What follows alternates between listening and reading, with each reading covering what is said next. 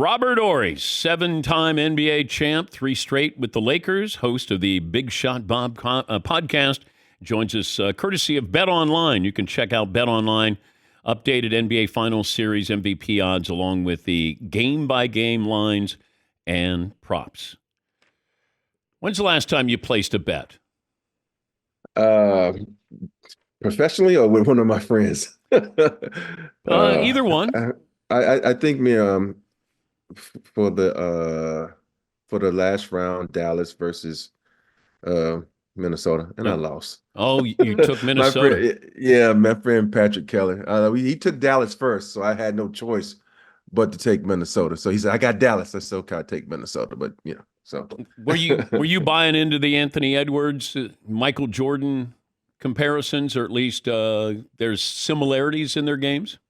I think the explosiveness is pretty much the only similarity. I think Anthony Edwards hasn't learned the mid-range like MJ. Everybody wants to talk about shooting threes. MJ averaged 30 points, not shooting threes. He averaged 40, I think, one time in the finals and didn't shoot threes.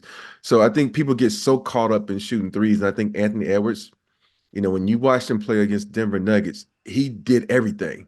But against Dallas, he settled for threes. I don't know if it's because of the length that the Dallas Mavericks had, but I see the explosiveness, but as far as when to comparing the two, he's Anthony Edwards, that's MJ. Well, the only guy who's close is Kobe. He was the only guy that was close. Right? Yeah, by far. And I get amazed that nobody ever talks about Kobe being the GOAT when he copied MJ to a T. You know what I mean? And for me to sit back and say, Anthony Edwards, he's still young. He's wait, 22. Would you take Kobe over Mike? You know what? I played with Kobe, so I know Kobe. I don't know Mike. I just met Mike, cross. So I'll take Kobe because I won 3 championships with Kobe. I had to take Kobe. Well, you don't want to get Mike upset. Well, he didn't put me on the MJ brand, so if he gets upset, so be it. But did you ever find yourself guarding him? I have a picture in my room where my guy my jersey hung up when him blowing by me. But then I got a picture next to it when I'm blocking his shot. So yeah, I have MJ in my memorial room over there. Now yeah. you wouldn't ask him to sign that, would you? Which one? The blow by or the block? Well, probably the blow by. The blow by you could probably get him to sign. The block shot, probably not. Let me just say this. I got 7 championships. He got 6. He better sign it. I asked him to sign both. Everybody has an opinion on Caitlin Clark, what happened in the game against Chicago. Your thoughts on the play or, I guess, the commentary afterwards? Well, it's weird. I look at the play before that where she's talking trash. And there's certain players you don't talk trash. I remember talking trash to Charles, Barkley, and Oakley, and them both, making me pay on the other end. So you got to understand, if you're a rookie, it's best sometimes to be silent. It's basketball. I think every rookie has been tested, no matter if it's in football, basketball, baseball.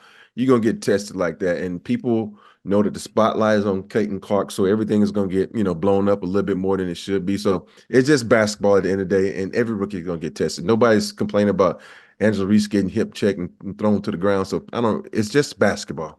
Did you guys treat Iverson that way when he came in as a rookie? We treated everybody that way, and it doesn't matter who you are. You think about when Big Dog came to the league, he changed the league as far as that contract he got when he was, in Milwaukee. Think about it, his contract was worth more than what the Milwaukee Bucks were. We didn't care. If he comes to the lane, you make him punish. And I think every guy does that to see if you're battle tested, see if you're going to fold like a cheap tent or you're going to rise to the occasion. So I think it's not one person in the league that never got tested. God, Glenn Robinson. Haven't mentioned that name in a long time. He got paid. He was the first guy who really got paid, I think. Yes. Mm-hmm. Yes. Unless you go way back to, I think it was Concac was the first guy that got that $1 million contract. And everybody like, what the heck? He don't even start. Well, his nickname was John Contract. Yes. John Concac out of SMU. We're talking to Robert Horry, 7-time NBA champ, Big Shot Bob podcast, joining us on behalf of Bet Online. What would, if you're advising the Celtics, how do you kind of keep Luka under wraps? How would you defend him? Double team. I'm going to have to make someone else beat me.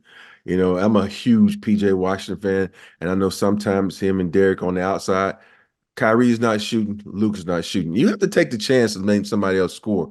And once those guys come off that double team, you put someone in the middle to clog up the lob, and you double team and get it out their hands, and don't leave Luka or Kyrie, who is not in the pick and roll. How important is this NBA Finals for the Celtics? Their It's legacy. huge. It is huge because you think about all the money they about to give out. You got Holiday just got a new contract. Brown got a new contract.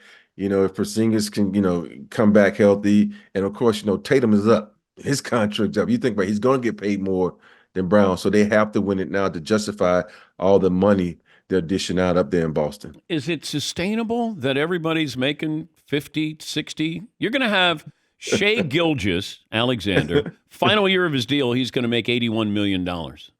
Yeah, it's getting crazy, and I'm happy for these guys to get their money.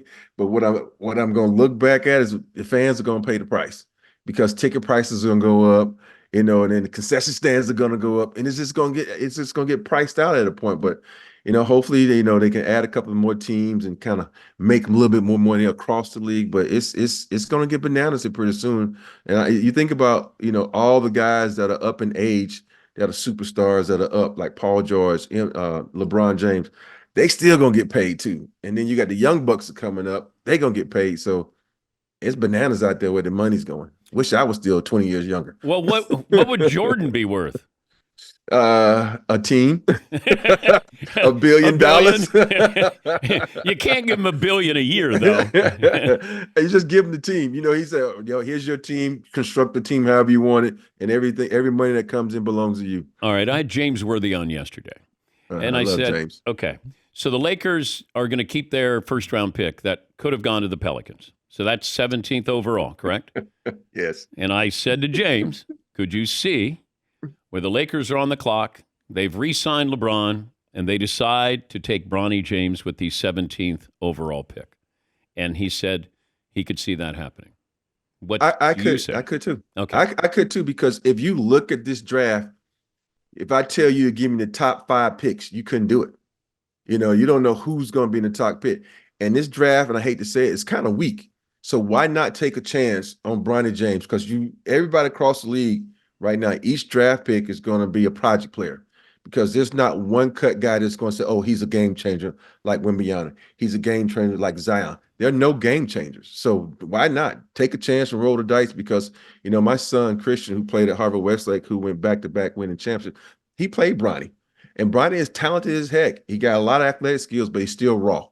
And think about if you can get him in the gym, you plan against these guys each and every day, get a little stronger, get a little more adapted to the NBA system.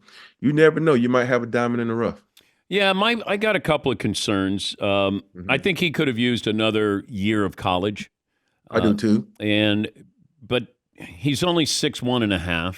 He's not 6'3". That's a concern. I don't know if he can play. I haven't seen enough. When I watched USC, there were times he was on the floor and I didn't notice him. And that's hard to do if you're, a quality player. Well, I hate to say this. There was times on the floor at Alabama when I played with Latrell Sprewell and James Robinson. I didn't notice because I didn't get the ball. But, you think about who he played with, Collier. He's probably going to be a top 10 pick. And sometimes you don't notice guys because other guys are dominating the ball. And for me, I look at like so many guys across the league. Think about PJ Washington. I love him on his PJ kick because I love the guy. I love his game. When he was in, Charlotte, you barely talked about him. But now here in Dallas, you can see what he can do defensively. You can see he can get to the corner when you got a guy who can get him to rock. So there's a lot of guys that's around this league. Like, you're like, who is that guy? CJ McCollum, like, who is that guy? And all of a sudden he comes in NBA, he's just killing it. It's a lot of guys like that. You just got to give him a chance. And the system might not be right for him in college. And that's now fair. you're going to see what he can do in the pros. That's fair. You played with both, so I'm going to give you first pick. You can have Elijah Wan, or you can have Shaq. Can I pick the year of Shaq? Oh, so, okay. I'm taking, if I can get MVP Shaq, that's who I'm rolling with. Okay, what was different about Shaq that year? I think, a lot of us was kind of scared of Phil. This is a guy who just coached, 6 championships with Scotty and MJ. We all came in that year in shape. Shaq came in shape. He was dominant from the jump. And I think that was the unknown was the scary part. Who is this guy? What's the triangle all about? How does he run his system? Being good friends with Ron Harper, he kind of told me a little bit about about PJ. And so, we went on and did our thing up there. So that Shaq was incredible. The boards, the MVP trophy, the rebounds, so now, don't get me wrong. If I'm gonna go if you give me a 10-year span, I'm gonna take Dream. But if you give me like one season and I get MVP Shaq, I had to go with Shaq. All right. Peak Shaq, peak Duncan. Peak Shaq. All right. Yeah. Peak Duncan, peak Hakeem. Peak Hakeem. Okay. I think Hakeem's underrated. He's very underrated. Very underrated. I think, and there's no disrespect to Tim because, every San Antonio fan every time I say something and I don't put Tim as the #1 player ever that I played with, everybody gets mad in San Antonio. Tim was great, but you got to understand, when you're a San Antonio fan, you only had eyes for Tim. But if you're a basketball player and you sit back and look at everything that they've done, you think about it. If I say, okay, you got to win a game, Tim is going to the line or Dream is going to the line. Who would you rather have on the line? Tim or Dream? You're going to pick Dream. Or Shaq, Dream, you're going to pick Dream. I think he froze up.